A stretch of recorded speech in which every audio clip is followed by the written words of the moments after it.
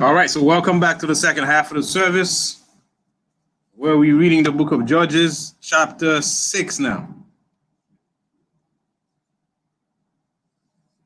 So we're going to read about another valiant man in the book of Judges. The story of this man is very good as well. And let's go. Write some stuff here real quick.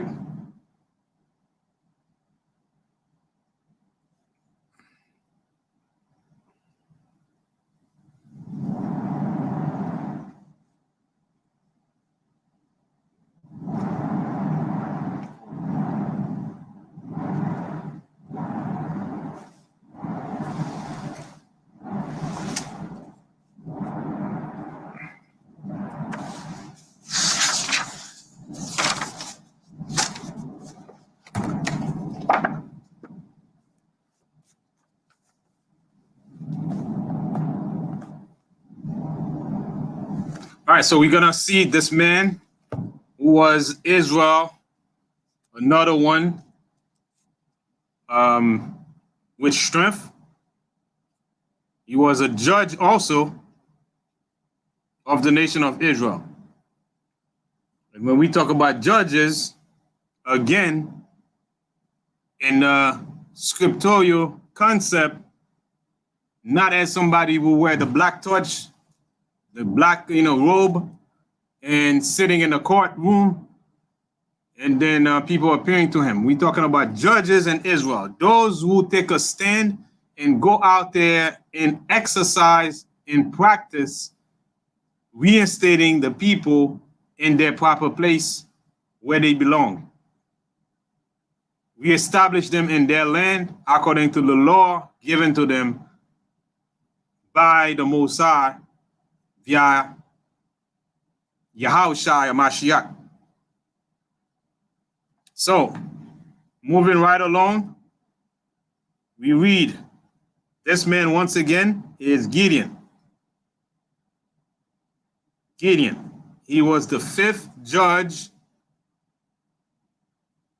and he was a great strategist. Right? And he was expert at surprise. And he was an expert at surprise. So we're going to read that and get some understanding. Because why it's important for us to understand this and not just read them, those are lessons for us today as we continue this fight, this spiritual fight that we're fighting, along with the physical fight that we're fighting, because we are flesh living, but we also are flesh with a spirit, right? A flesh with a spirit. So we have to understand both dynamic, the flesh, which is mostly easily understood, but the spiritual may be abstract and not easily understood, because the men that are carnal cannot understand the things of the spirit. When I mean carnal, the man whose ideology is based on science of the world. Because when you look at science of the world, they operate on matter that you can see, things that you can prove physically, right? So when it comes to spiritual,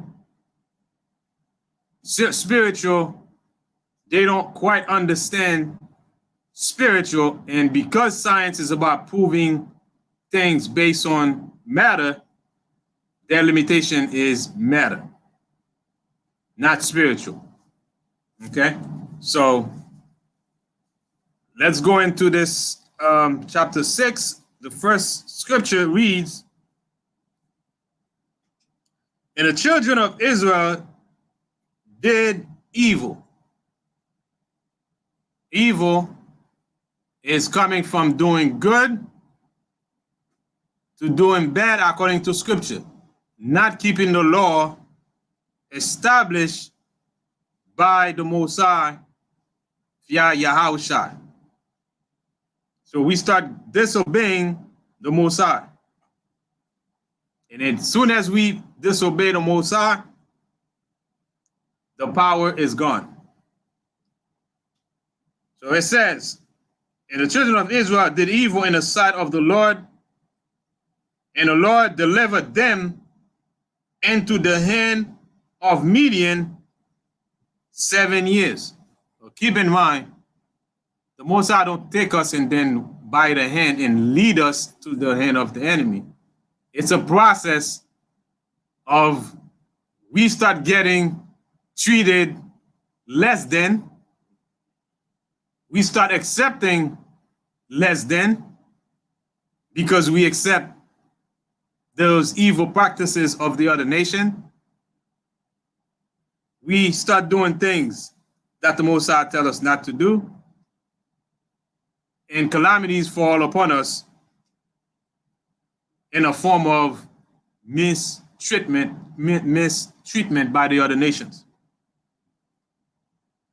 So the Most High gave us over to the Midianite for 7 years. So it's pretty much they put their foot on our neck for 7 years.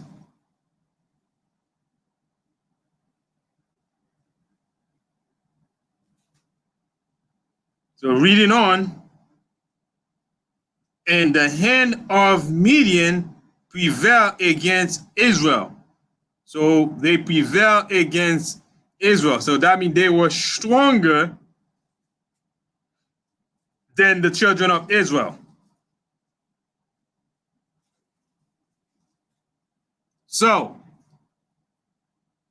we were at a disadvantage in terms of mental strength. It says, and the hand of Midian prevailed against Israel, and because of the Midianites, the children of Israel made them the dens which are in the mountains, in caves, in strongholds. So we had to hide in caves, in mountains, and strongholds. They made us scared. We scared of them. The spirit of fear took over us. The spirit of darkness that they have on them was stronger than the spirit of darkness that we had on us that caused us to become weak.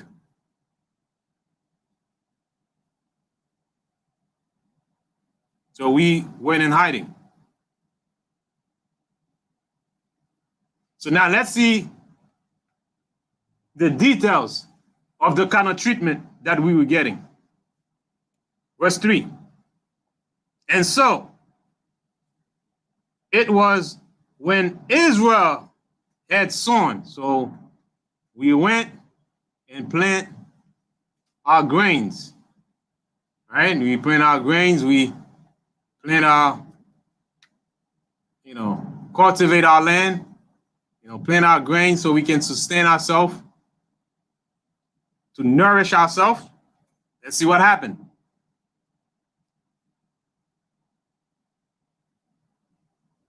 That the Midianites came up,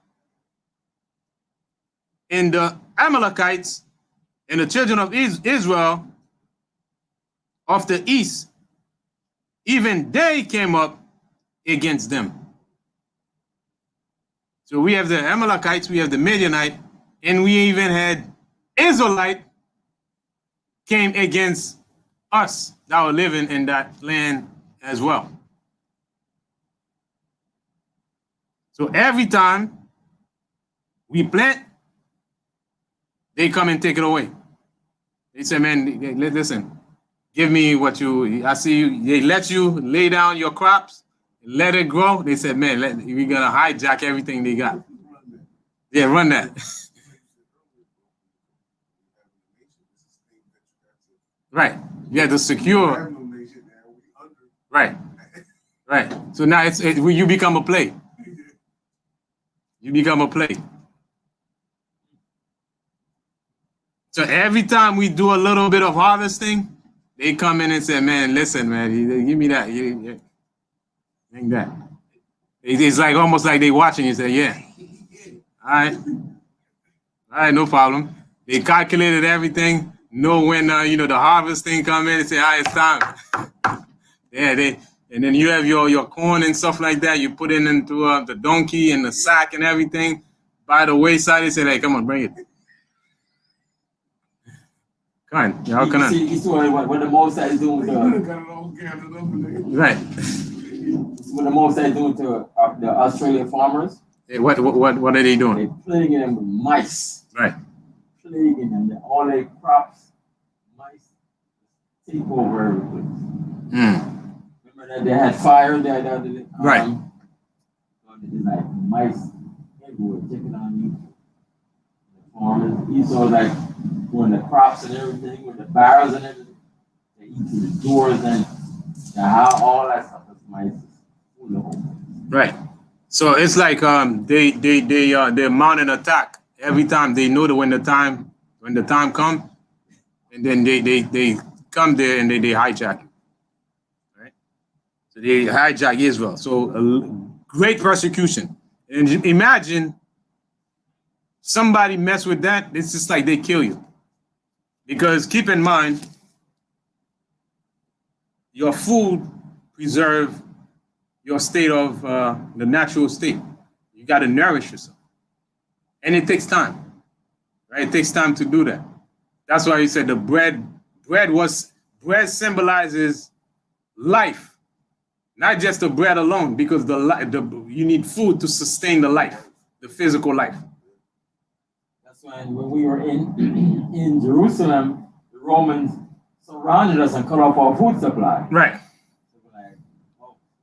So we have like internal warfare within ourselves right there, and then they breach and we just have to flee. Right. So that's why it's like there's different levels again to everything that we learn. It's like, for example, one might see a grain. If I give you a grain of corn, I put it in your hand, what would you see? What would you tell me you have in your hand? Potential for growth. Huh? You said a grain of corn? Yeah, I give you a grain of corn. I say, here's a grain of corn. What do you see? Right. Some see the potential for growth. Right? Some see the potential for growth. That's the second layer. One will laugh at you because he said growth. What the hell is that? No, you said growth. They laugh at you. Hey, look at this guy. He got a grain of corn in his hand. He said growth. What's the growth in that? That's the lower layer. That's the people that don't think at all. Then you have the third layer. They see the grain as life. Because that grain, not only it has growth in it, it sustains life for once. Then the creator that makes the grain. When you grow the grain, you're going to give thanks to the creator that make the grain, that make it what it is to sustain the physical life that you have. So that's the other level of thinking on that same grain. So one see it as the laughing at you, ridicule you. One see it as growth, and one see it as life. Those that see it as growth, those are people who think in terms of scientists, right? In terms of scientists. Now they can see it as growth, but they cannot see it as life because they don't understand the spiritual aspect that make you think that it's life. Because even if we decide to get the seeds from the Home Depot or whatever, and go and plant it somewhere and try to sell it east and say, okay, no, these are our seeds. Right. They're going to say, these are our seeds. These are not your seeds. These are our seeds. Mm-hmm. Right. And they have to get a cut of that problem. Right. So that's why, like when we read this right here, right? They came, they robbed them because they see the potential of that sustaining the life. But the person that's on the losing hand, right? If he's not spiritual, he can lose his head. And in that case, they're not spiritual because they lose the spirit, they start doing evil. So they can see that taking away that food that they just harvesting, that's it, they done. Because it takes them time. So that's real deep that you just did that, because in our society now they call it optimism and pessimism. Mm-hmm. Pessimism look at the glass of water half empty. Right. Optimism looks at it half full. Right. But spiritually, it's life. Right. Nervous system. Right. Right. So spiritually, the person that thinks spiritual, they don't just see the glass and the water that's in it. They see beyond the glass and the water that's in it. And everything that whoever create that glass, create the water, you're worthy to be praised, because everything that the glass and the water can do. Right? So if you think on a spiritual level, you're always gonna give praise to the creator of that glass or the water. But the person who take on a scientific way, they can only see it as sustaining the physical plane to eat. So there's always a fighting in society between the middle class, the poor class, and the upper class that bringing them down, both down. So this is the kind of game that we caught up in. Because the people who see it as food only, they thinking on the level of animal. Because animals just eat. They don't think about tomorrow. They don't think about save some for later. The animal instinct, you give it to me now, I'm gonna eat it all. Unless someone come in and take it away from them. They're gonna eat it until there's none left for tomorrow. But the person that's thinking on a little bit on a scientific level, he know to save some for later. Because if he eat it all, it's gonna take time for him to go plant and harvest it again. Right? So now the people on that level, they feel like, listen, I work, I have the right to save some. But you eat yours, right? But even the person who eat all of his, he's gonna need later. You know who he's gonna go after? The person that saved some for later. So there's always a fight. And you're gonna have to give him, because he's not on the level of thinking, he's taking on the level of animal.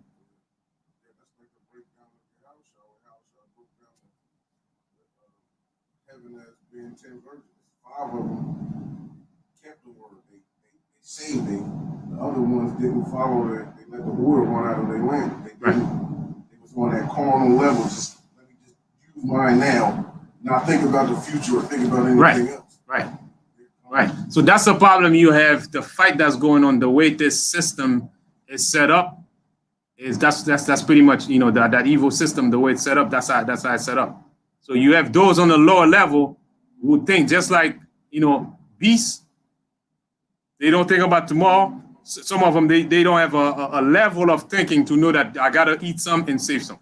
Even those on the second level now, they become a little bit better than, as far as thinking, than those at the bottom, because they save some. But they look down on those that eat their all. But at the end of the game, when they need eat, you have no choice. They're coming after you because they know you save some. Right? And then on the higher level, you have Esau watching you and the lower one fighting with each other.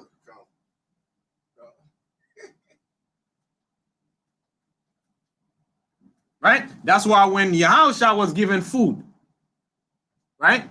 He gave it based on order. He delegate and make you feel like you are somebody. He divided them, make them sit down, and then delegate the disciple to go and serve them in groups. You know what that does? It treats you like humans should be treated. Imagine what Esau does. Esau would be eaten, right? He takes the bone, just like a dog, he throws it in the middle. What do you think it's gonna do if you have 3, 4, 5 dogs? They're gonna fight. You trigger that animal instinct in you. Then he show it on TV, see, look at how these people behave. Like animals. See, that's why these people cannot be accepted. That's why you cannot get these people anywhere. They cannot anywhere. You give them something, look how they fighting. But if you really wanted to give them something, do it like Yahushua did. Make everybody sit down, give them their portion. So that way nobody gonna take of somebody's portion because everybody have their portion. You see, all these little nuances in society, if you're not paying attention and you take it on face value and you do surface analysis, you will not get the way the system operates. All right. So they got them on the road and they take what they have, right? So let's move on in verse 4, right? Right. And they encamp against them and destroy the increase of the earth, till thou come unto Gaza and left no sustenance for Israel, neither sheep, nor ox, nor ass. So they deprive them of all their natural resources, all their vegetation and food, for their needs.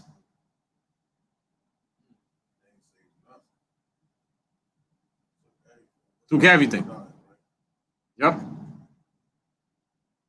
Because you see, it's nothing new. What we see happening right now, that's what's happening today. Why? Because the same spirit of darkness that's in the people, when you're in that spirit of darkness, that's the same spirit manifested right here. Same spirit that is manifested. It's nothing new. So that's why when you see Esau will do what he does to take everything you got and leave you empty, it's the same spirit.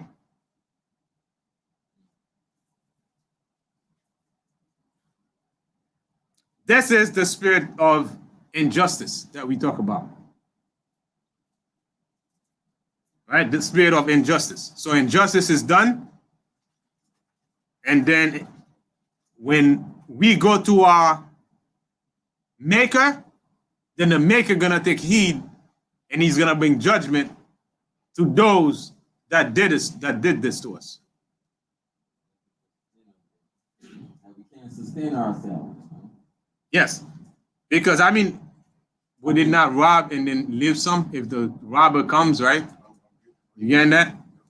Right, because the life needs to be sustained no matter what, because the life is more important than food itself. So that's why the Most High give you food to sustain the life, right? Very few of us who lives in certain areas are able to grow little things, but the majority of us, we have to go to them for everything. Right. Very few of us in the West Indies or in the South of the United States have few little lands able to grow little things, Right. But the majority of us, we have to go. Right. So that's why today, the form of sustenance or substance that we have to eat is a job. So now they have to do job creation, right? So now the way we sustain ourselves is through job creation. We work so we can go get the food, right? So now the people who has the funds, who have the resources, they have responsibility to create jobs for those people, right? For people, so that they can buy food and raiment to sustain, the physical flesh. All right. So since we're not in our land, we cannot grow vegetation, right? That's what happened. This is agrarian society. Right now, we in a industrial society. So in industrial society, things are done where you go to work at a plant and then you bring the money home so that you can go buy food. That's equivalent to agriculture. The money now become a form to buy the groceries from the store. Obadiah chapter 1 verse 5. Mm-hmm. If these came to thee, if robbers by night, how art thou cut off? Mm-hmm. Would they not have stolen till they had enough? If the grape gatherers came to thee, would they not leave some grapes? Right. Would they not leave some grapes? At least leave some for them to sustain. So when you do that, you deny the existence of God's creation to destroy these people. And the Most High did not make a mistake by creating them. If they cannot sustain their life and they cry unto the Most High will answer, and you will be judged.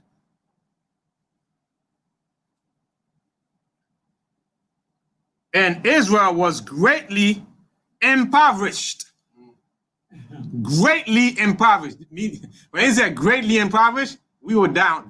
That's it. It's like you down to your last dollar.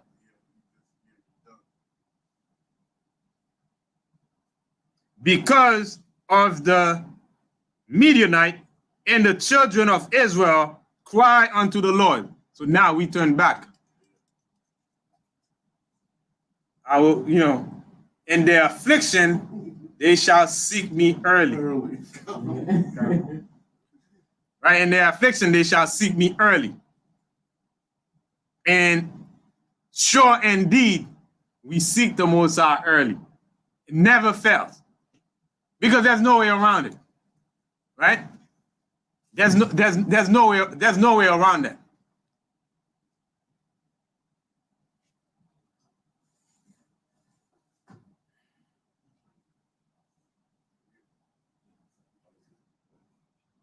Verse 7.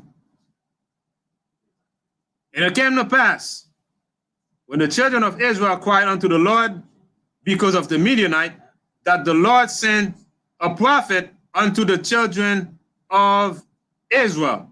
He sent a prophet unto the children of Israel. And we're going to see who that prophet is.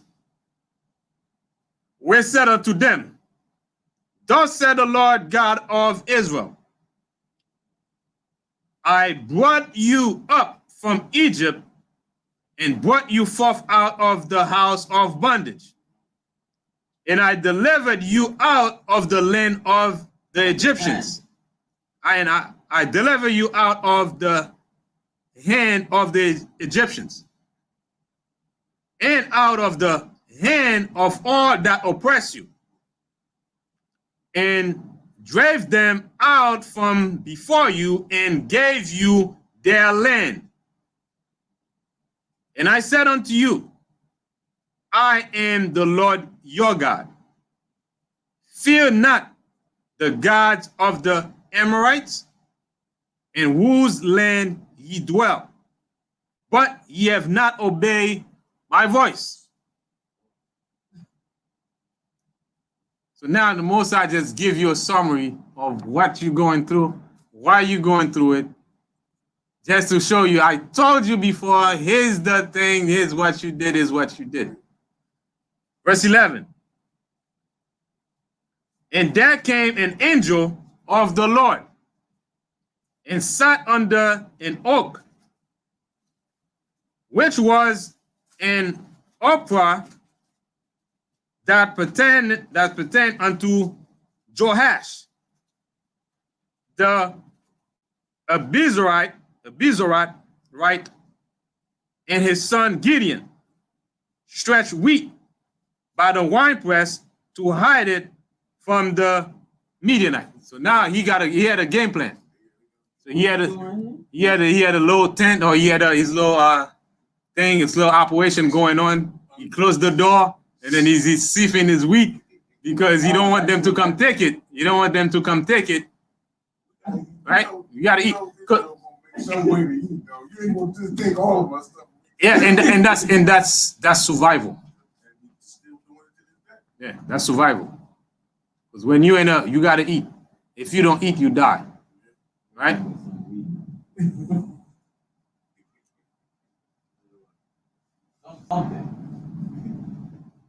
Right, so the angel, the Most High sent the angel, and the angel right here says, and there came an angel of the Lord and sat under an oak, which was in Ophrah, which was in right. It's a small town. It's a small town, a small little a small town. It's like not too many people live there. in that town. It's like a little town. You might have 2 or 3 people in that town.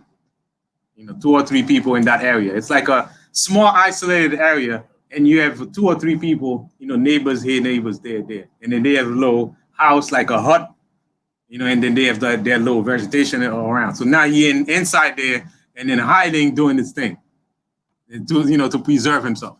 You ever seen a community garden? Yeah. Like sometimes in the city, like someplace you have like a little garden, like sometimes like we have like space in the back of the church right here. Mm-hmm. We have something going on back there. So in the front, they don't see it, but right. we have something going on in the back. In the backyard or something. Yeah. Normally they don't see it. Right. So now that was his little hiding place, and to do his thing, because he got to eat, man. You can't let the media night. I gotta have a game plan with what I see going on out there, man. That's it, man. They taking everything.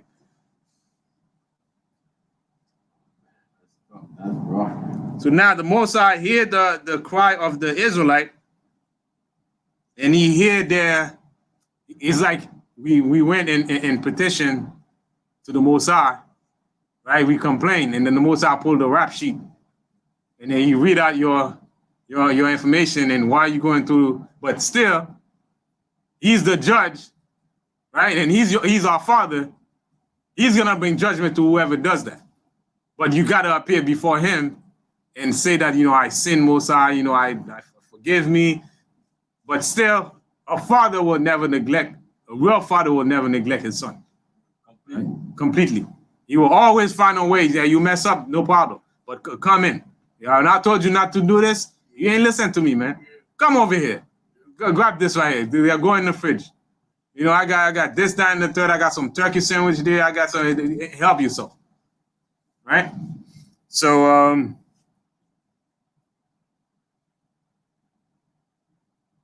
it says, and there came in an angel of the Lord and sat under an oak, which was in 11, an offer that pertained unto Joash the Bezerite, son of Gideon, stretched wheat by the winepress to hide from it from Midianite. It's like we in a run eating, You gotta eat on the run, in hiding. So let's go to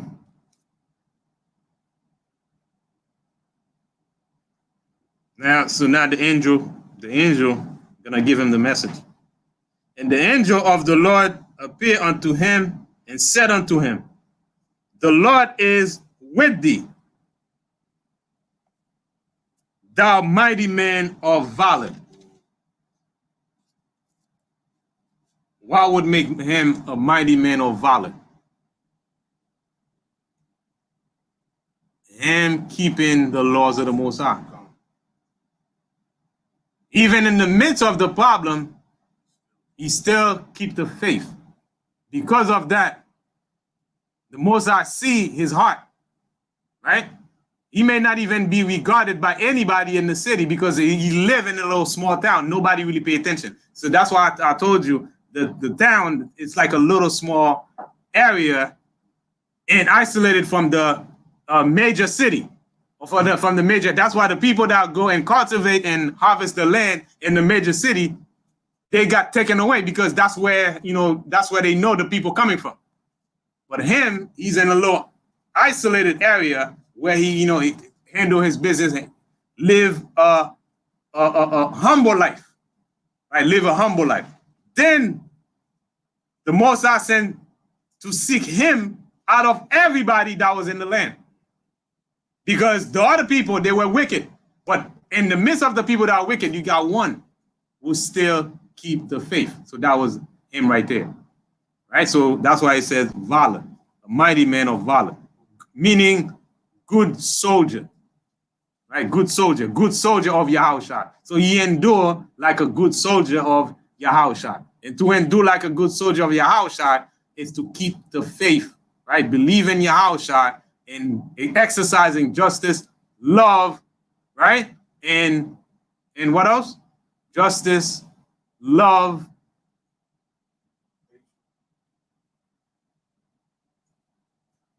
Yahukanan? Oh, very good.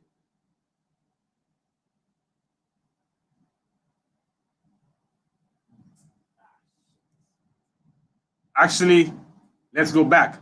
Truth, justice, love. Truth number one, meaning the law. And I was going to just go back. Yeah, sanctify them to thy truth. Thy word is truth. I was just going to go back to that, what we just read in 5 and 11. They that are delivered from the noise of archers that he's going through. In a place of drawing water, there shall he rehearse the righteous acts of the Lord. Right, He's still doing it. That's why he Right. knows that man about. go on. It's Isaiah 65 and 13. Isaiah 65 and 13. It said, therefore, thus said the Lord God, behold, my servants shall eat, but ye shall be hungry. Behold, my servants shall drink, but ye shall be thirsty. Behold, my servants shall rejoice, but ye shall be ashamed. Go on. So, his servant is eating right now. He got a little thing going on. Mhm. He shall go hungry, they're going. He's like, oh. Right. So now let's see the interaction of Gideon with the angel. Let's check out the interaction. Verse 4, verse 13. It says, and Gideon said unto him, oh my Lord, automatically, he identified he's in the presence of an angel of the Most High, right? But the way the messenger is sent by the Most High, right? He said, oh my Lord, if the Lord be with us, why then is all this befalling us? If the Lord is with us, why is all these things happening to us? Right. Why is this happening? Why? Why is this happening? Why are we being killed by the cops if this is happening? Right. Right. So, as crimes is happening to us, more of our people praying to the Most High, deliverance is coming. Right? Deliverance is coming. When you see the most atrocious things happening to us, and we crying to the Most High, know the Lord is near. As it's showed all throughout the scriptures. Wherever his people went captive, they have gotten mistreated, and they repent, and they go and cry unto the Most High. Repentance is coming.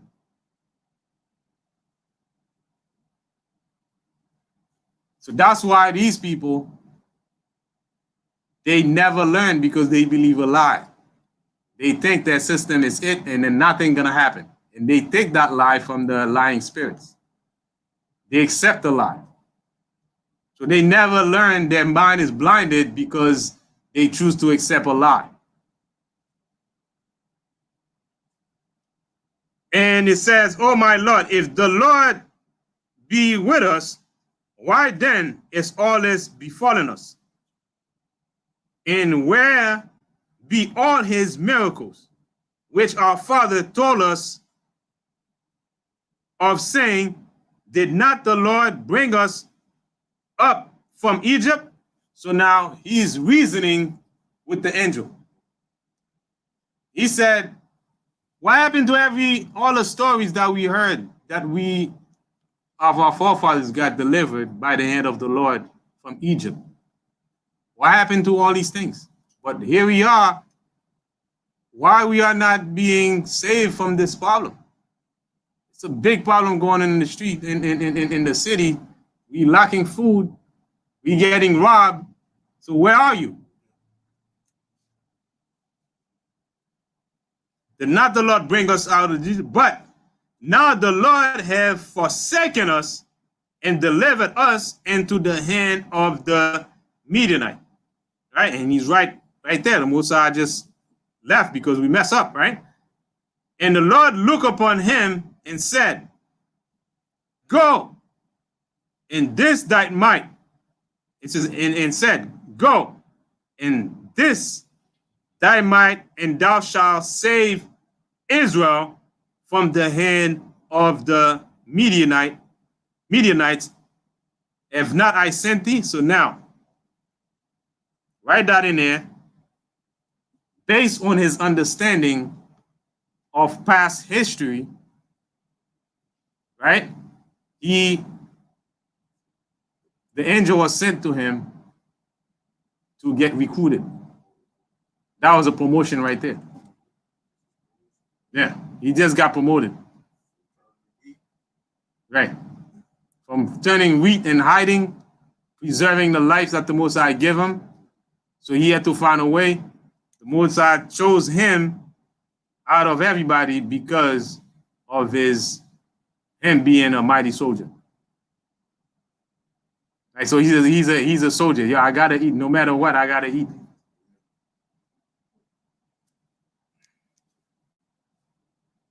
So now he's being recruited.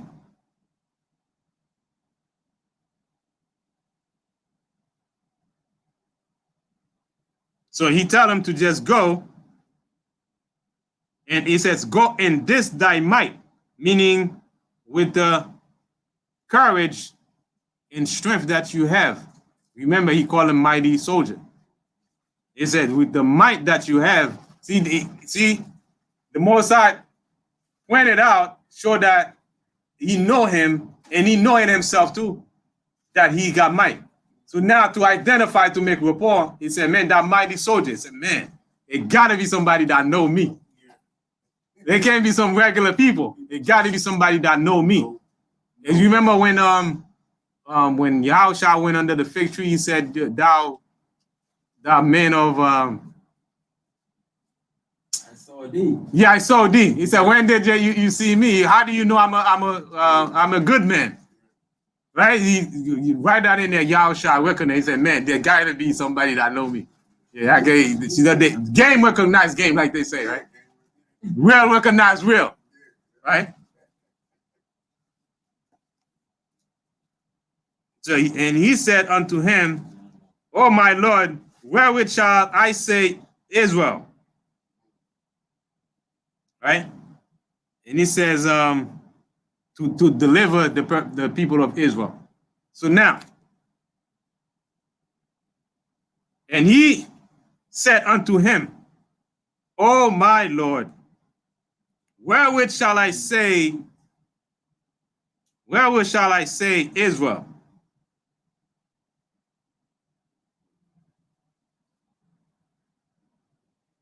Right? He said, "Now, what happened now? Imagine he's in a little town. All he's doing is trying to preserve himself from famine. He got no weapon. The only thing he has is courage. Right? That's his might, his courage. Now you come in and give him such a big task. Because he was so little, he keep himself in a small town, sieving his little wheat. He didn't have like big field of land where he cultivated and stuff like that, right? So he had just a humble life. Now you come here and tell me I'm gonna get involved in this big thing before all these people. He said, "Man, how I'm gonna do that?" Right? So that's how see, when you think you have limitation, the Most High will pick you because he know what he put in you. Yeah, he know the potential. What you gonna the job you're gonna do, the ability is already inside of you. Oh yeah. Let me read it quickly. John 1:47 and 48. John 1:47. Yeah, 48. 48. John 1:47. Jesus saw Nathanael coming to him and said of him, "Behold, an Israelite indeed, right, in whom is no guile." Right. So now we'll recognize me as like, man, bam, right there. Nathanael said unto him, "Whence knowest thou me?" Yeah, how do you know me?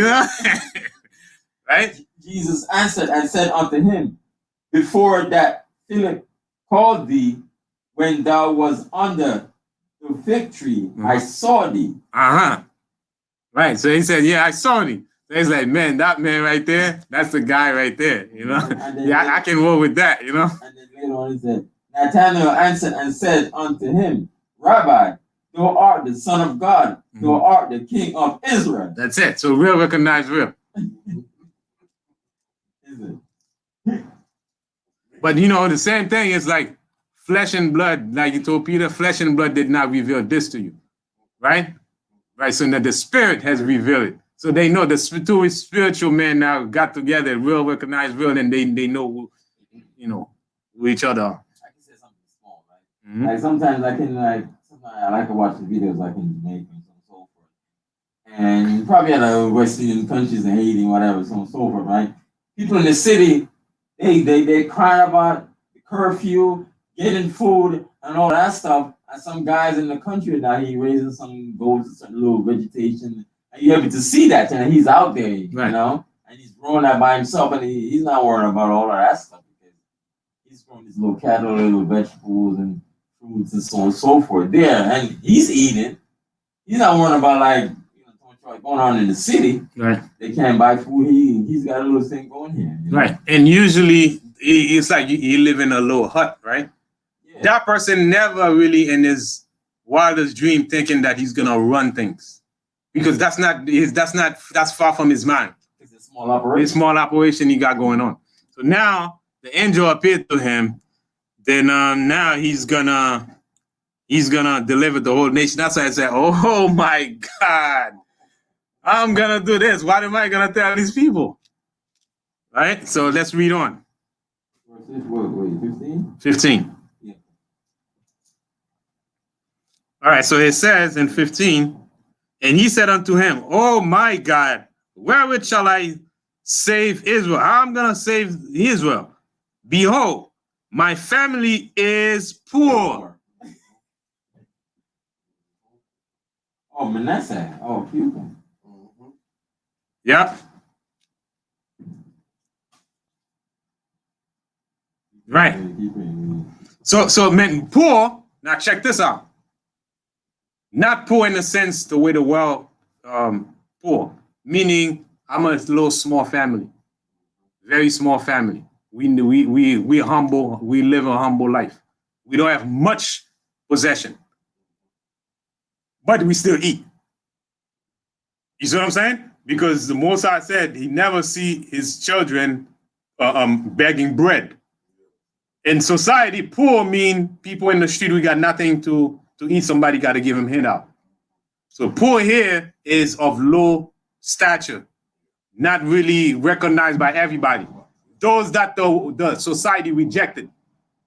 For example, we poor. We're in poor situation, but we still have job, we still eat. But our stature, the way we are in society, we poor because we are the rejects of society. You see what I'm saying? Because of who we are and what we teach, we are the rejects of society, period. All right? So and he said unto, I read it again. It says, and he said unto him, oh my Lord, wherewith shall I save Israel? Behold, my family is poor, meaning the family is a small family. And Manasseh, and I am the least in my father's house. Yeah, he's the youngest in his father's house. I got older brothers, right. Even at a younger age, he cultivates the mindset of righteousness. You see, the mindset of righteousness. Just like David. Right, at a young age, you start to cultivate the mindset of righteousness. Why? He stay aloof from all the locomotion that's going on, trying to fit in with society and be part of it, all of it, and be in society, right? Be in style with society, right? So he chose to live humbly, even as a youth.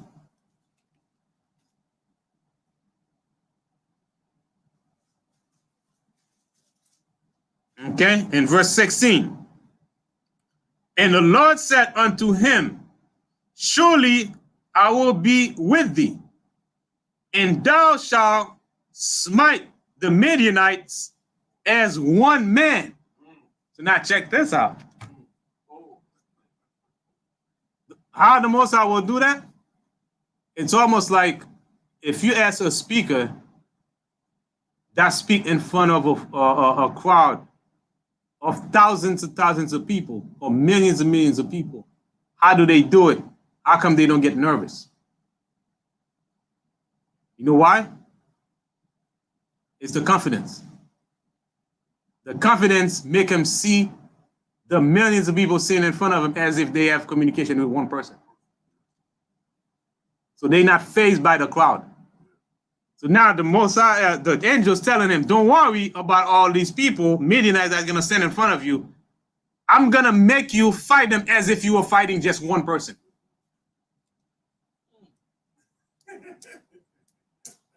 So the Mosai will put a spirit in him, right, to minimize them as one, right, and give him that confidence that he can fight all the Midianites as one.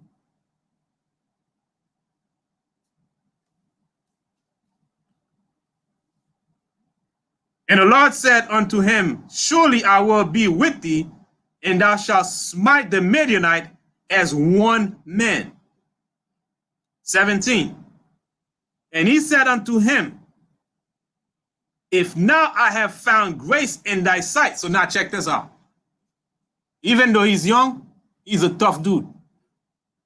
And he has his conviction. So you know how the Most High said, come and reason together? The Most High don't have any problem. You challenge him, but on a respect level. Not on a respect like you doubt him and you don't know that he's the Lord. You can challenge him on some things so long you're willing to obey, as long as you know you see at least a little something you can work with. Right, right.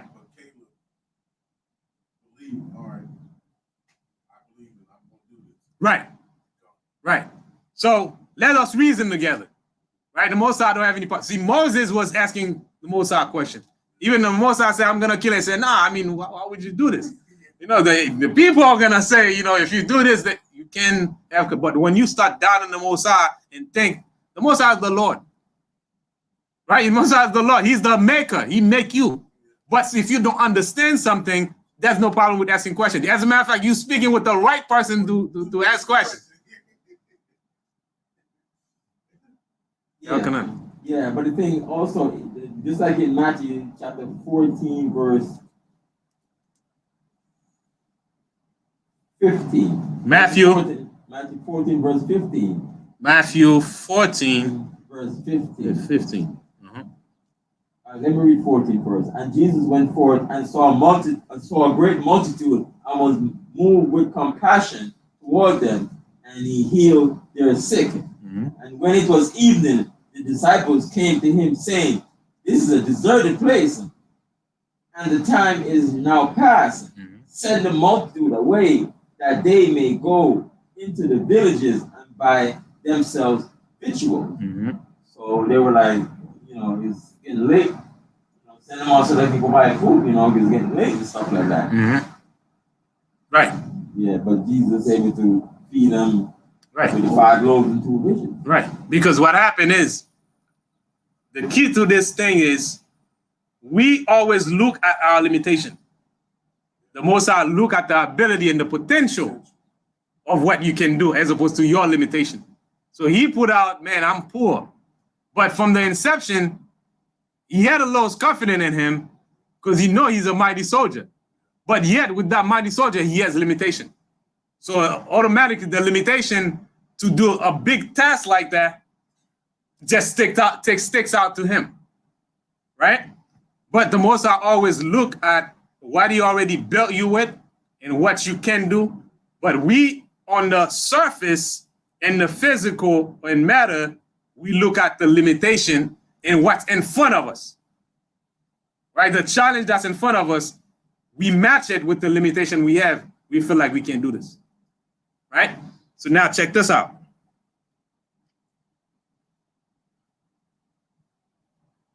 So now he's gonna, and he's a man of conviction. You gotta convince him, right? You gotta convince him, but he's willing, but you gotta convince him. You ain't gonna get him to do anything just like that, but you have to convince him, right? So let's check this out here.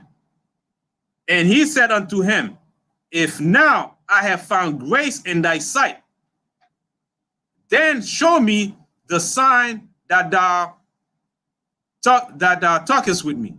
So now he said, if I find grace, first he put that out of respect. You see that communication there? It's communication, but in all respect, right? It says, if you find grace, you're gonna do this. If you want to do me this favor, if you really want to do me this favor, right? Here's what it says. Give me a sign. That's you, the Lord, that's speaking to me. Right, that's what I mean. So, because what happened is he don't want to do anything, and then he's obeying another spirit.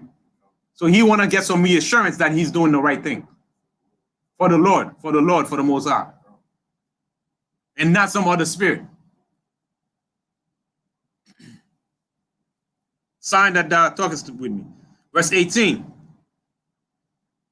And it says, depart not hence. So he's challenging. He says, stay right there. Stay right there. Depart not hence, I pray thee. Right? And the key right there, he did not give commandments. Right? If you're in the presence, you don't give the Most High's commandment. Depart not here, I pray thee. I beg you to stay here. Don't leave yet, so because I need some reassurance that it's you, Most High, that sent the angel, or it's you, Most High, that's talking to me. Even though he addressed the angel in the terms of the Most High, but you know it's not the Most High. He's a messenger of the Most High. Okay?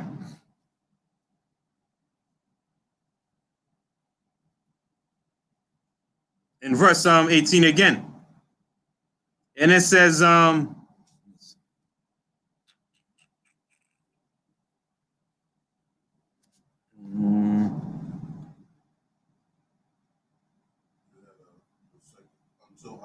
Right. Okay.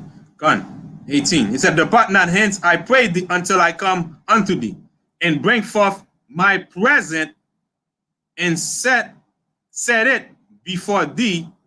And he said, I will tarry until thou come again. So now they have an agreement. So he went, he's gonna do his stuff. 19.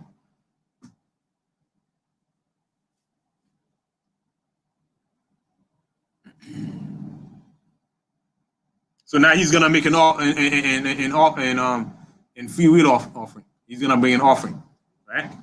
It's 19. And Gideon went in and made ready a kid and unleavened cake. So he killed a goat, right? And unleavened cake, unleavened bread, right? And unleavened bread, cake, or an ephah of flour. The flesh he put in a basket, and he put the broth in a pot and brought it out unto him under the oak and presented it. So that's the offering right there. Now we're gonna check to see what happened.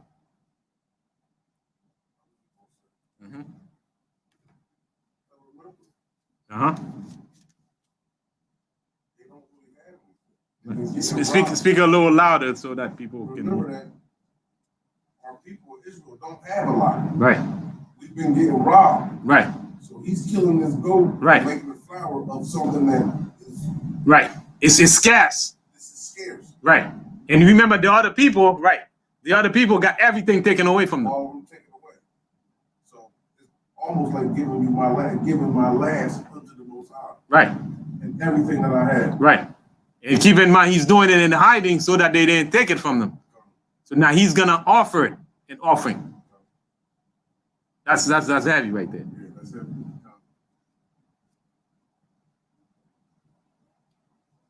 Yeah, that's a good point. Because everything been taken away. Go on. So now, in verse 20, and the angel of the angel of God, see right there, even though he was addressing it as the Lord, as you read, he says an angel of God, right?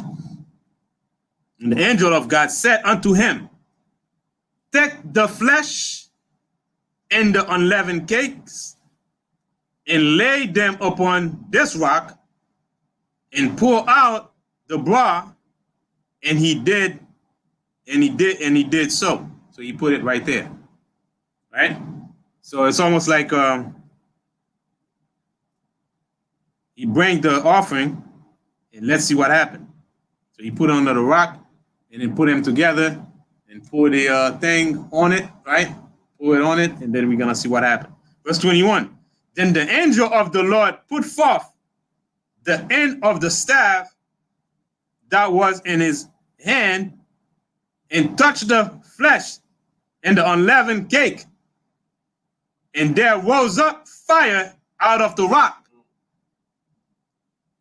and consumed the flesh and the unleavened bread and the unleavened cake.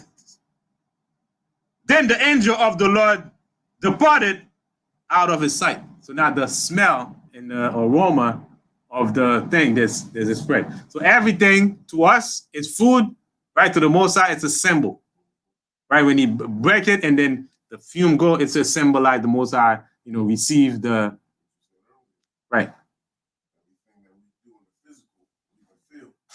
Right. Right. And the spirit is the symbol. It's the symbols. Right. So the spirit, yeah, that's it's a symbol.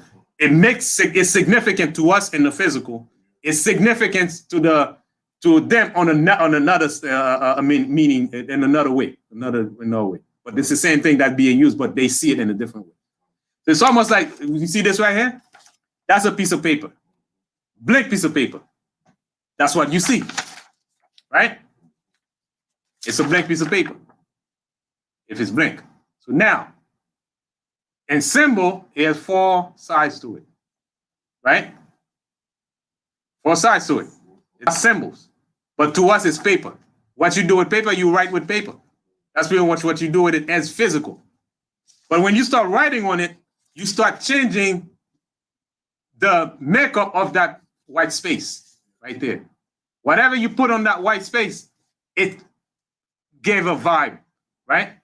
So all these things right here, like I said, is you looking at something here on the physical means one thing to us in the physical, and in the spirit world, it has a different meaning on the spiritual level.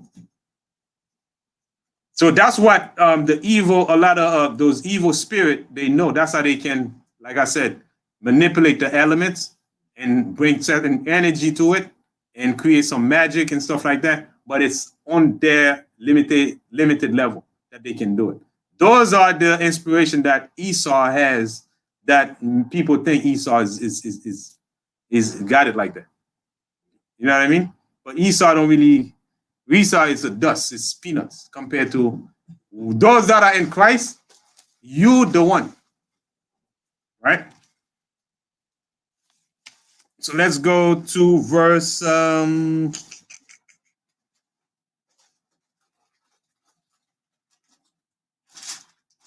right, and it departed.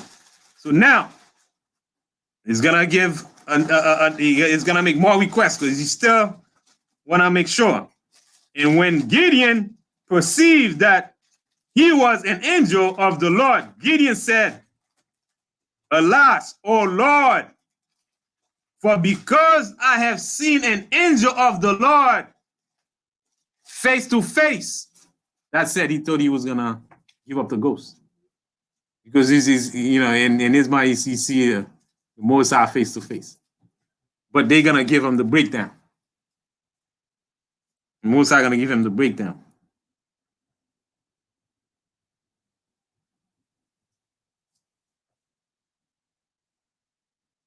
Then, verse 23, and the Lord said unto him, peace, meaning stay still, don't worry yourself, chill out, don't be worried, I got you. Be unto thee, peace unto thee, fear not, thou shalt not die. Verse 24. Then Gideon built an altar there unto the Lord and called it Jehovah Shalom, unto this day. It is yet an offer of the Abiezrites. Okay. Verse 25.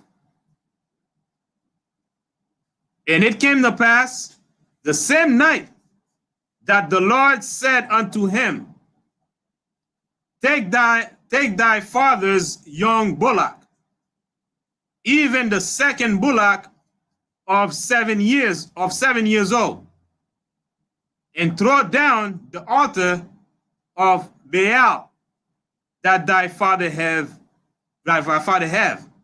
and cut down the grove that is by it. So now write that in there. The task begin. They give him tasks to do now. So that was his first assignment. Verse 26. And build an altar unto the Lord thy God, unto the Lord thy God upon the top of this rock. In the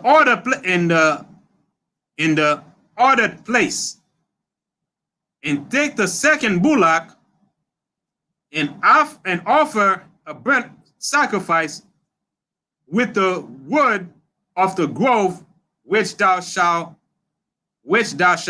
cut down. Right? So now you're dealing on a spiritual level. There are things that you got to do, right, to get connected with that spiritual level. For the assignment that you're gonna do, you got to do these processes.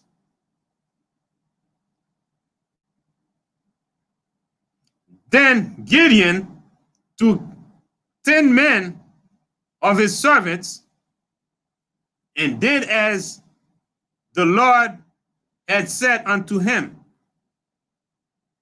Right, and check this out. Even though he said he's a poor man, he had something.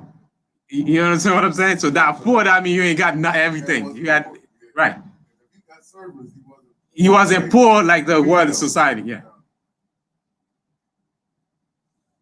And did as the Lord had said unto him. And so it was, because he feared his father's household and the men of the city. So now he still have some fear in him of the people, but the Lord tell him to do something.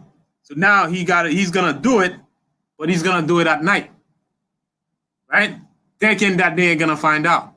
But the key is, the Most High want them to find out. There's no way to hide, because what you're gonna do, ain't no way to hide. You can go around it. You're already on the job.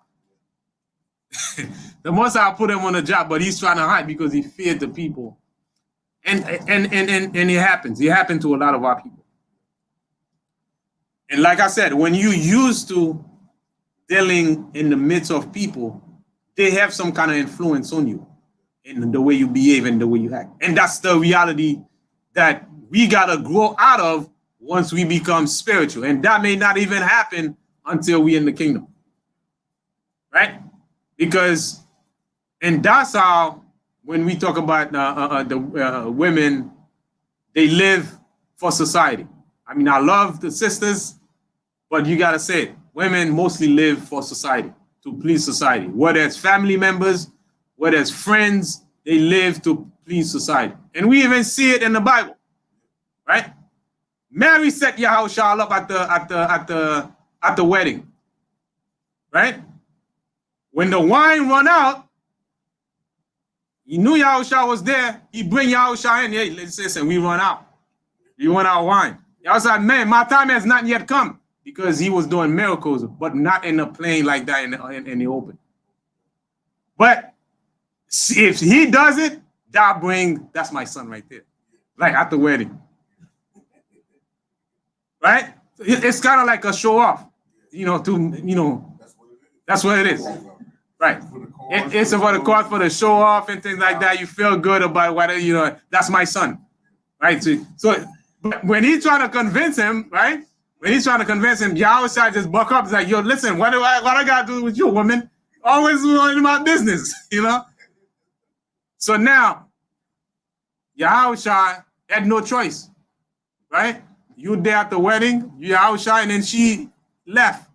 She said, bring it to him and do whatever he said. He set him up right there in there. So he had to do it. Then he turned the wine into wine. That's it. That's all she wanted.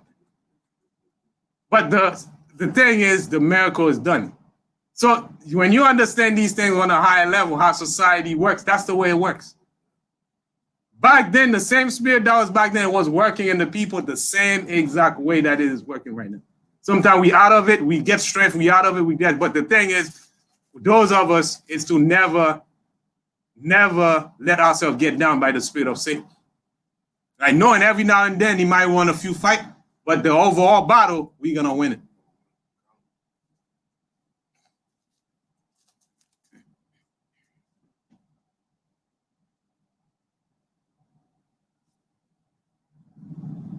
So right here, he feared the people, right? Fear what the people might say, what they might do to him. And you know what I mean? Because he's been around them, he experienced it in the physical, what these people can do. And that's why the most I had to put it there, fear them that can kill fear them that can kill the body and the soul. Because he knows certain kind of influence that this system and the people have on us.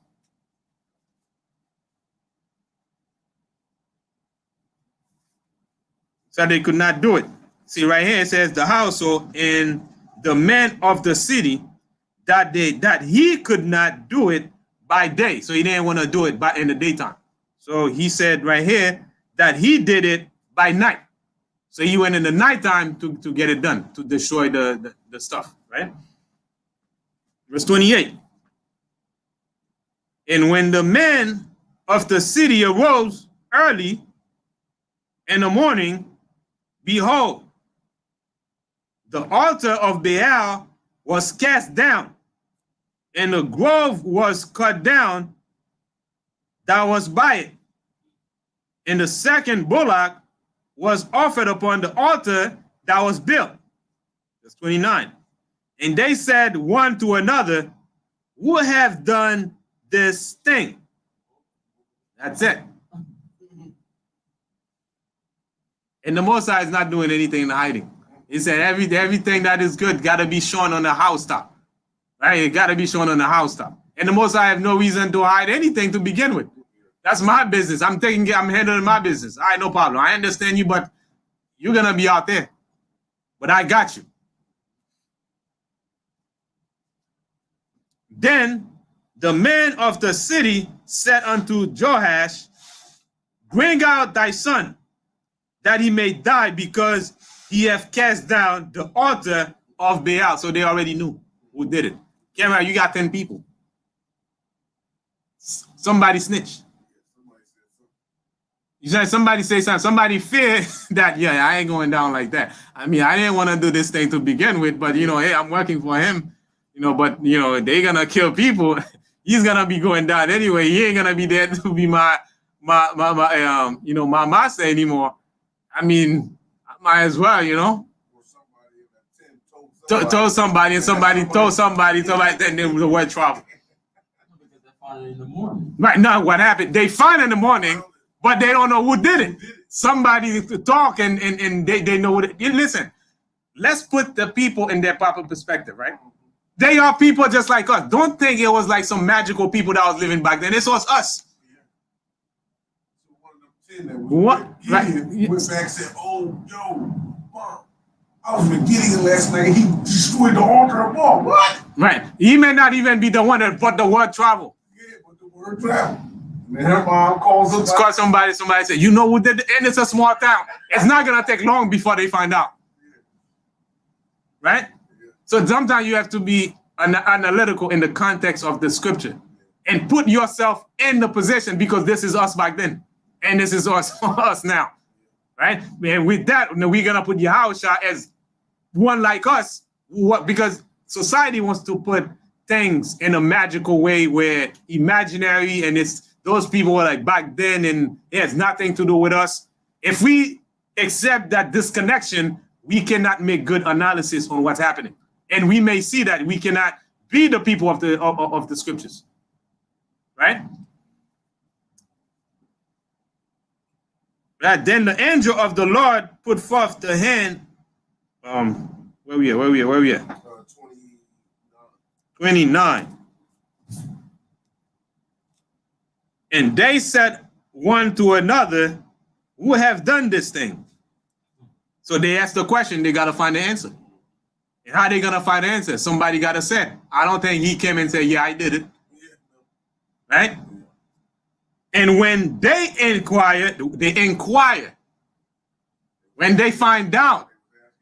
Right. So when they found out, you know how word travels. It wasn't just the next day. It could have been over time. It could have been right. It's like, it's investigation. When you inquire, you got to run your investigation. See, I got to get to the bottom of this. Right? Inquire and ask. They said, Gideon, the son of Joash, have done this thing. Somebody said. It's right, it's right there. Somebody said. Somebody told on him.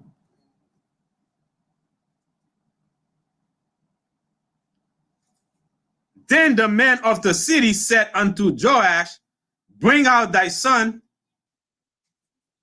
that he may die, because he hath cast down the altar of Baal, and because he hath cut down the grove that was by it. So when you do something good for the Most High,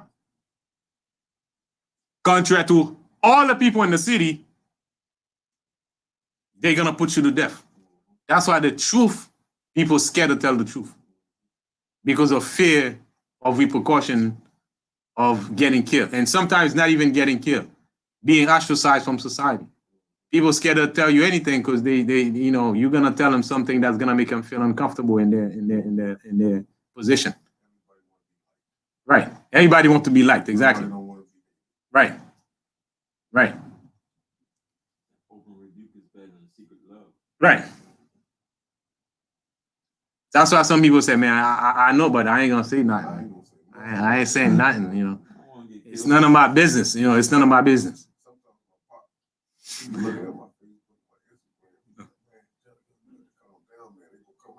Yeah, exactly. But you telling the truth, right? But people openly lies, it's okay. Because that's the world we live in.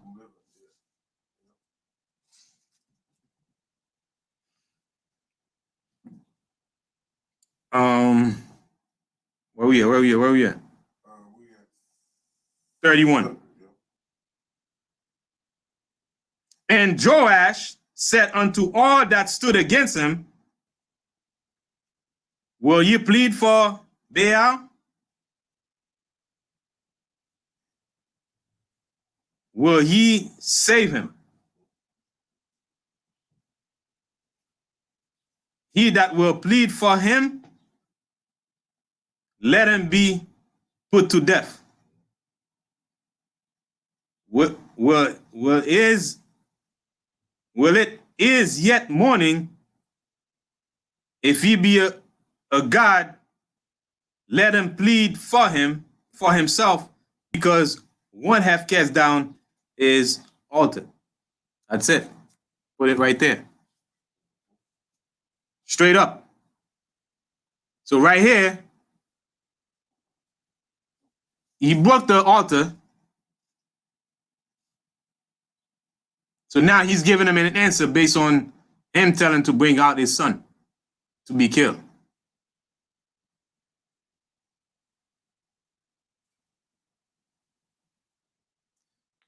He told them, it's you that got the people that stand in front of him making the request for him to bring out his son.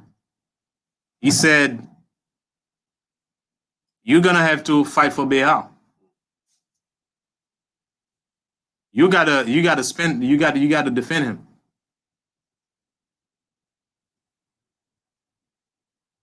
He said, so whoever wanna fight for Baal, they're gonna die before the sun up.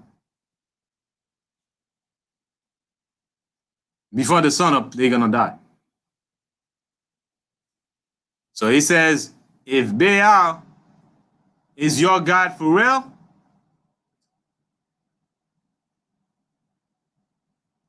if he's a God for real, he said, why you even gotta fight for him?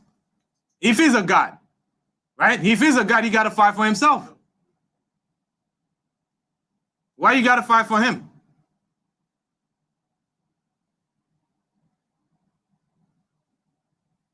He says, they broke his altar. They broke Baal altar. So Baal gotta come down and fight. Why you gotta stand and defend Baal if he's really a God? So now let's see what happened. Verse 32. Therefore,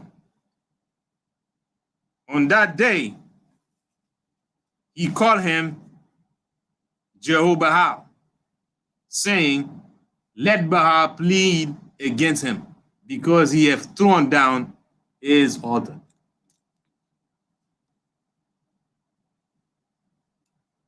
So verse 33. Then all the Midianites and the Amalekites and the children of the east were gathered together and went over and pitched in the valley of Jezreel. So now it's a declaration of war. Wartime now. It's going to be the real fight now. Things are boiling up. Verse 34. But the Spirit of the Lord came upon Gideon, and he blew a trumpet, and Abiezer was gathered after him. And he sent messengers throughout all Manasseh. So when wartime, you got to blow the trumpet. Something got into him. He blew the trumpet. That gathered the people together. It's wartime.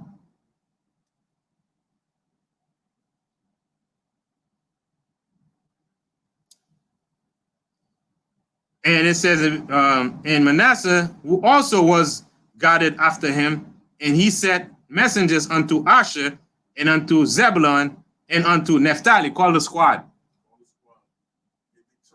Get the tribes together. We got war. We got to stand in battle. Call the League of Nations.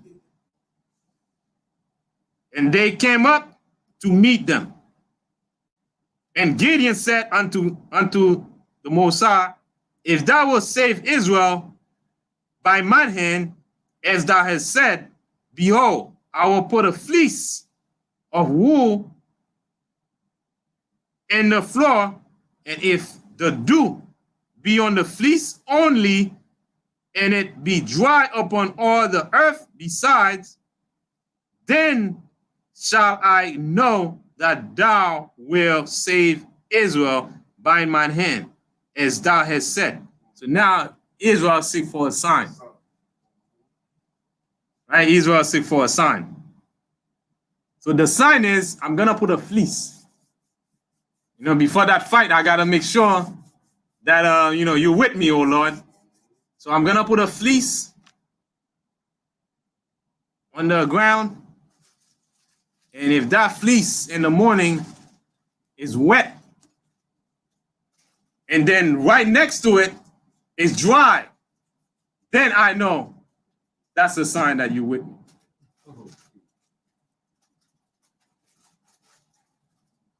I'm telling you, that man is not easily convinced. You got to convince him. He's a man of conviction.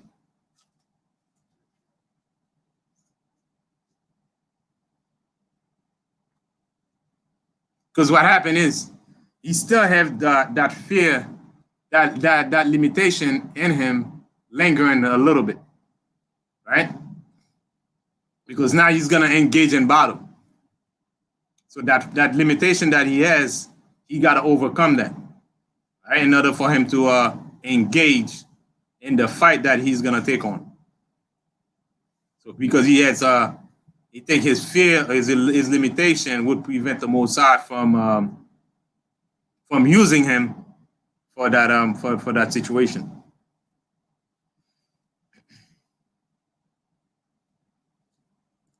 And Gideon said unto God, read that 37, behold, read that, and it was so, behold, I will put a fleece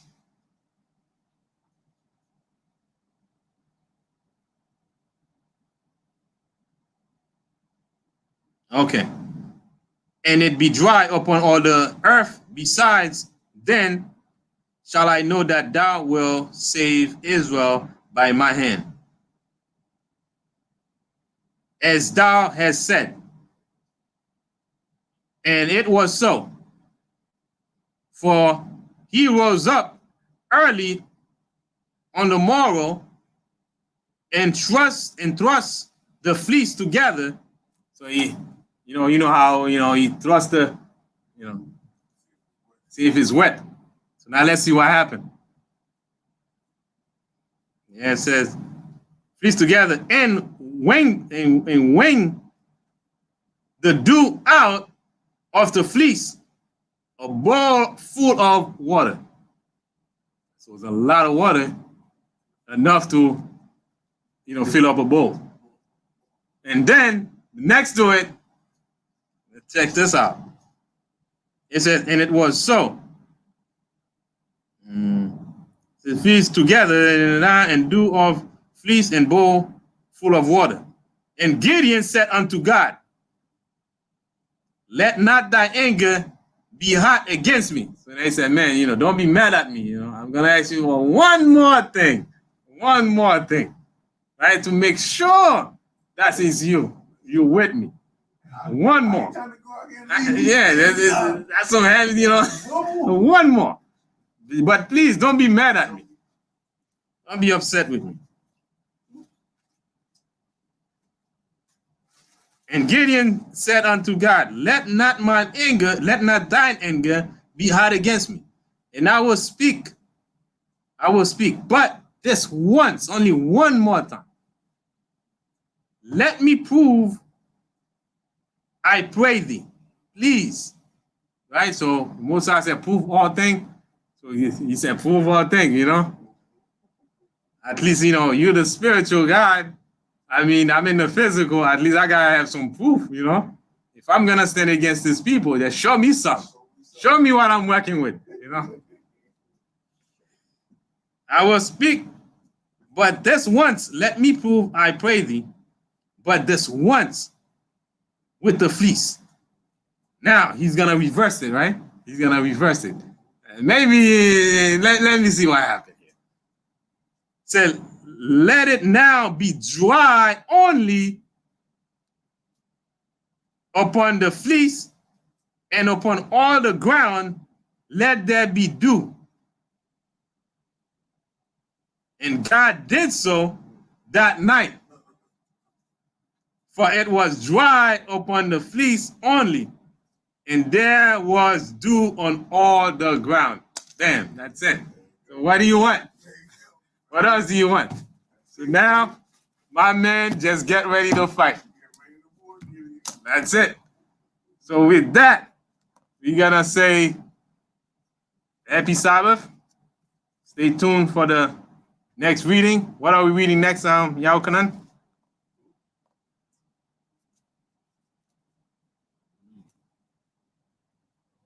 Anybody, please type it in the conference line. Baba Kosha, if you can.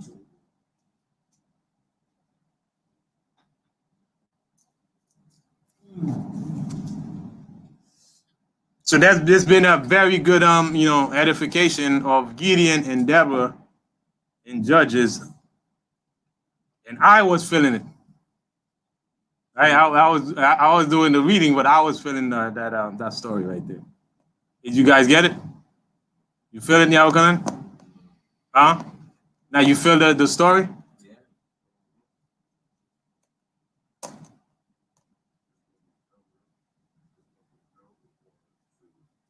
1 John 4:1, right? 1 John 4:1. It says, beloved, believe not every spirit, but try the spirits, whether they are of God, because many false prophets are going out into the world. Right, 1 John 4:1, right? All right, so we got to try every spirit. So that was his way of trying the spirit to make sure there's nothing wrong with that. But again, blessed are those who just act and can see that it's the Most High. You don't have to do, too much. But like I said, you can ask the Most High a question, but with all respect, knowing that He's our Lord and Savior.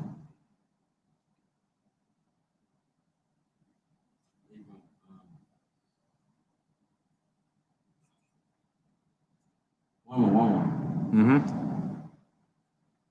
What else you got?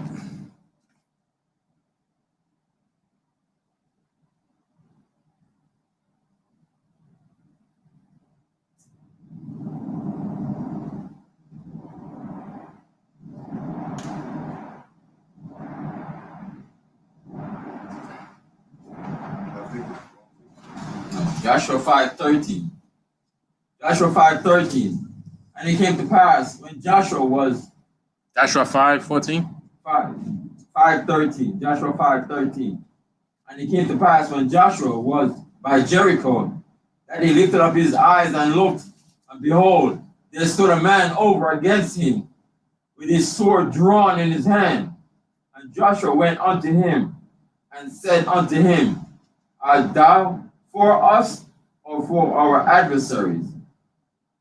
And he said, Nay, but as captain of the host of the Lord am I now come.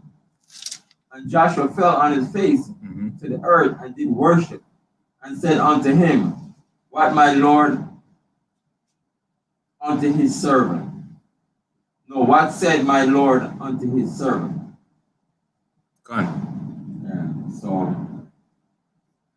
they try to read by the Spirit. Gone. All right, so Tawada for those who come in and participate in the Lord's service as regularly scheduled every Sabbath, Most High's willing. We here, and also we have class Tuesdays and Fridays. Tell your friend, family members to dial in, ask questions, so that we can save our people from this wicked society that is set to lie and destroy our people, mainly. All right, so anybody get that? Romans 8 and 9 is scheduled for next Sabbath reading. Romans chapter 8 and verse 9.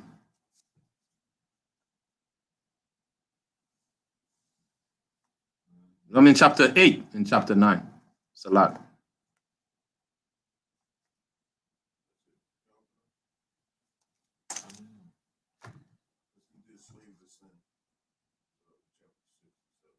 Right. So with every Sabbath service, try to do a reading ahead of time so we can get up to speed. And also try to do like a little analytical in context of the scriptures, because things written or not aforetime was written for our learning. So we don't just read these things just to read them, but we read them so that we can continue in this fight. Be it we in a different day, but the same spirit of wickedness is out there in the world, but we have the spirit of Yahushua to overcome this. Because Yahushua said, I overcome the world. All right. So no matter how strong the system seems to be, but know that it is not real. It's fake. And it's based on lie, injustice, and hate for the nation of Israel. So with that, we're going to say, Kum Yashuala. Kum Yashuala bless all Israel. By Hashem Yahushai. Stay tuned for the closing prayer.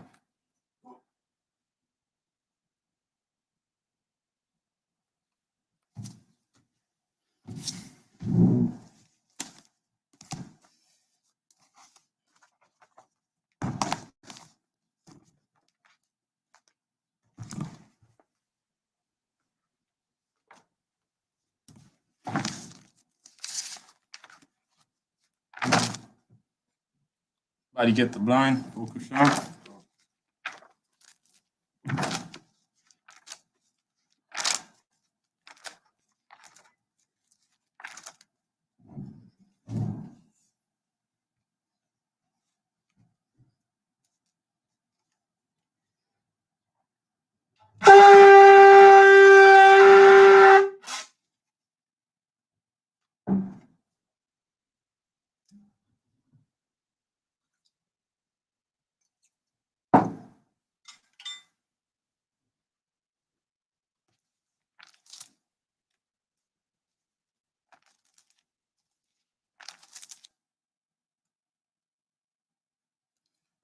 Barakata Yahweh, Bashim Yahushai, Ashura, Nathanawa, Par Yagapan, Tuwara Aman, La Yahweh, Bashim Yahushai, Ath Yasha'ala. English translation: Blessed are you, Yahweh, in the name of Yahushai, that give to us the fruit of the vine. Thank you, so be it. To Yahweh, in the name of Yahushai, with Israel.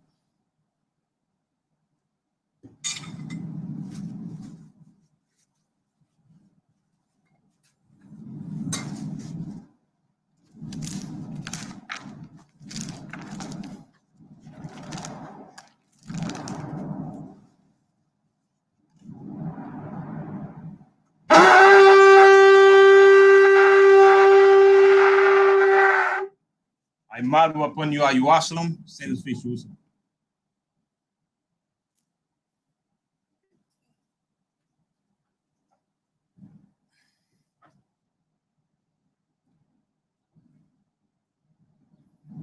Yahweh, Ba'asham, Yahushai, Abukushai, Shemai, Nawa, Aitha, Yamyan, Aitha, Shalak, Maika Allah, Wala Ahayim, Nataza Wudakim, Shema Ayah, Barak, Wapa, Magun, Wakaziyak, Banya, Yasha Allah, Washalat, Nawa, Rabiam, Kakama, Rabiam, the Ife, Rabiam, Mayana, Rabiam, Sabalanwa, Rabiam, Amawan, Rabiam, Aqua, Rabiam, Ahabiam, Rabiam, Agana, Wakhanaya, Wasalat, Kau, Katayemna, Ba'akim, Washa'ala, Damyad, Bayulam, Ba'asham, Yahushai, the water, Aman. English translation: Yahweh, in the name of Yahushai, please listen to us now, right now. Send Michael and the righteous powers and angels to watch over, bless, heal, protect, and make strong the children of Israel, and send to us much wisdom, much knowledge, much understanding, much patience, much faith, much brotherhood, much love, much spiritual protection, and forgive us all our sins for the brothers and sisters in Israel, always and forever. In the name of Yahushai, thank you, so be it. Four corners prayer. Yahweh, Ba'asham, Yahushai, Barak Nawa, Wayasha'ala, Wabafi Suparium, Shamai, Yashirala, Yahweh, Allah Haynawa, Yahweh, Achad. All right. Happy Sabbath. Enjoy the rest of the Sabbath day and have a blessed week ahead. Peace. Shalom.